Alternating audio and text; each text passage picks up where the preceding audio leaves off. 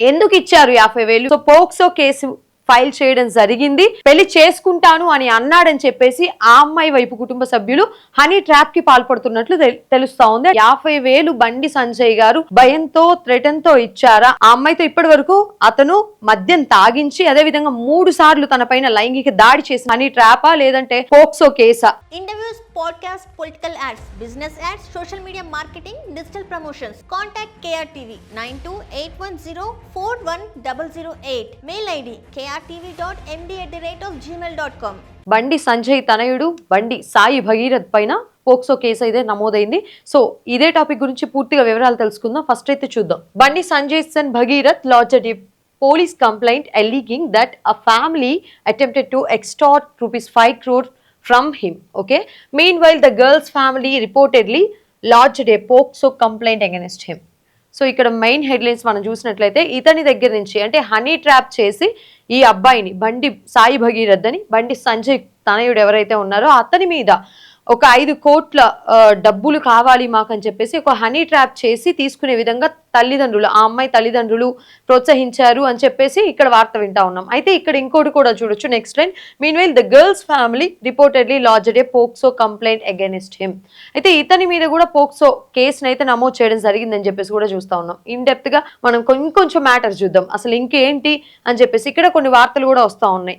అంటే ఈ కేసుకు సంబంధించి దగ్గర అంటే బండి సంజయ్ గారు కూడా ఒక 50,000 రూపాయలని ఆ కుటుంబ సభ్యులకు అందజేసినట్లు తెలుస్తా ఉన్నాయి. ఇవన్నీ నిజమా కాదా అని చెప్పేసి ఇంకొంచెం న్యూస్ ని చూసే ప్రయత్నం చేద్దాం. Bandi Sanjay Kumar son Bhagirath has filed a police complaint alleging that a family from Kompally attempted to honey trap and blackmail him using messages and videos in the name of marriage. Okay, పెళ్లి చేసుకుంటాను అని అన్నాడని చెప్పేసి ఆ అమ్మాయి వైపు కుటుంబ సభ్యులు హనీ ట్రాప్ కి పాల్పడుతున్నట్లు తెలుస్తా ఉంది. అంటే ఈ మెసేజ్ లో అయితే ఇది క్లియర్ గా ఉంది.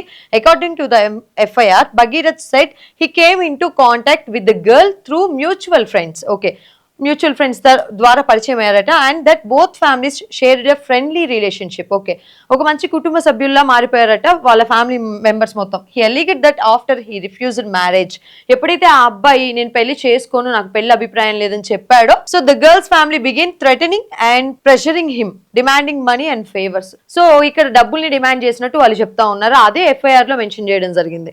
He further claimed that he paid ₹50,000 out of fear and was later threatened with false criminal cases and a demanding of 5 crores. So దీనికి సంబంధించి బండి సంజయ్ గారు కూడా అంటే 50,000 రూపాయల మొత్తాన్ని కూడా కొంతవరకు భయంతో ఇవ్వడం జరిగిందని చెప్పేసి కూడా ఇక్కడ మెన్షన్ చేసి ఇచ్చారు వాళ్ళు.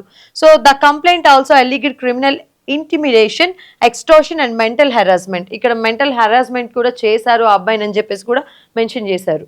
Okay, meanwhile, the girl family lodged a counter complaint at Pet Bashirabad police station law on May 8th, Ninna, following which a case was registered against Bhagirath under the Protection of Children from Sexual Offence Act, POCSO.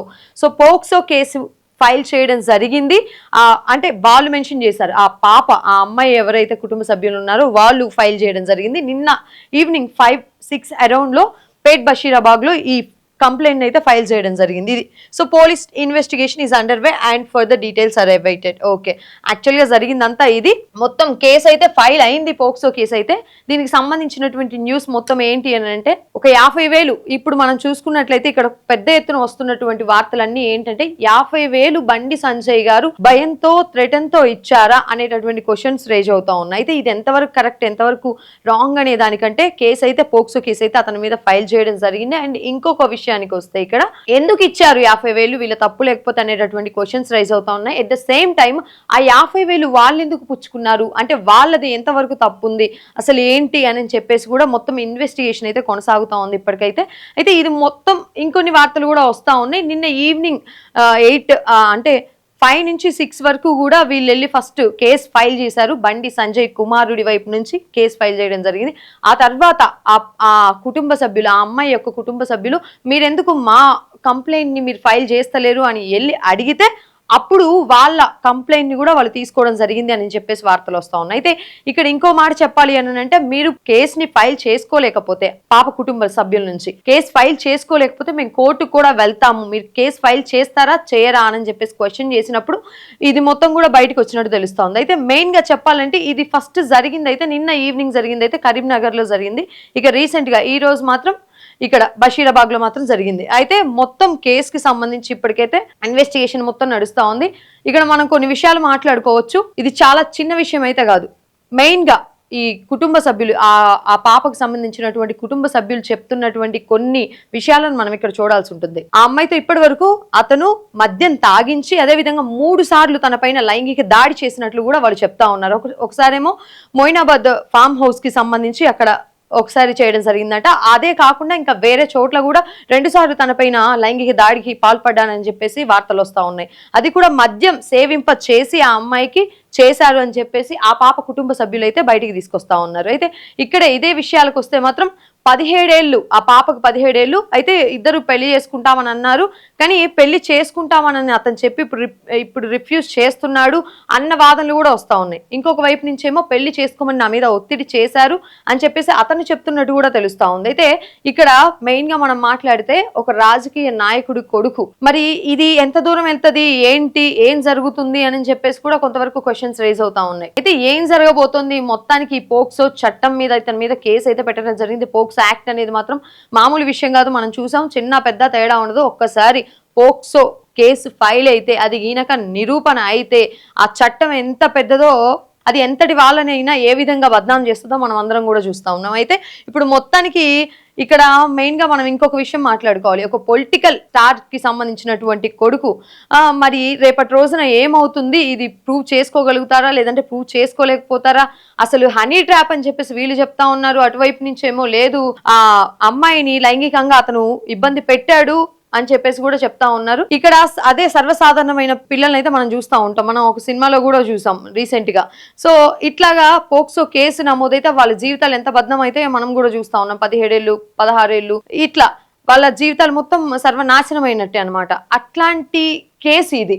మరి రాజకీయ నాయకుడు కొడుకైనందు వలన ఇది ఇంత fast గా spread అవుతుందా, లేదంటే spread అయిన తర్వాత రేపటి రోజున అది ఇంకెంత ముందుకు వెళ్ళబోతా ఉంది, దీనిలో నిజాలు ఏంటి అని చెప్పేసి ప్రతి ఒక్కరు కూడా ఎదురు చూస్తా ఉన్నారు. ఇంకొకటి ఏంటి అంటే హనీ ట్రాప్ అని చెప్పేసి మాట్లాడుతూ ఉన్నారు. బట్ మరి ఇక్కడ సాన్నిహిత్యం, కుటుంబ సాన్నిహిత్యాలు ఉన్నాయని చెప్పేసి కూడా మాట్లాడుతూ ఉన్నారు. అంటే వాళ్ళకి తెలిసిన వాళ్ళే, వాళ్ళ దగ్గర వాళ్ళే, వాళ్ళ ఫ్యామిలీ ఫ్రెండ్స్ అయిన వాళ్ళే ఇలాంటి కేసుని ఎందుకు ఫైల్ చేయాల్సి వచ్చింది, అటువైపు కుటుంబ సభ్యులు, పాప కుటుంబ సభ్యులైనా ఇటు బాబు కుటుంబ సభ్యులైనా అని చెప్పేసి మాత్రం చాలా పెద్ద ఎత్తున క్వశ్చన్స్ రైజ్ అవుతా ఉన్నాయి. అయితే చూడాలి మొత్తం ఇది అయితే హనీ ట్రాపా లేదంటే పోక్సో కేసా, రెండిట్లో ఏది తేలబోతా ఉందని చెప్పేసి అందరూ వెయిట్ చేస్తా ఉన్నారు. ఇది ఇప్పటివరకు అప్డేట్.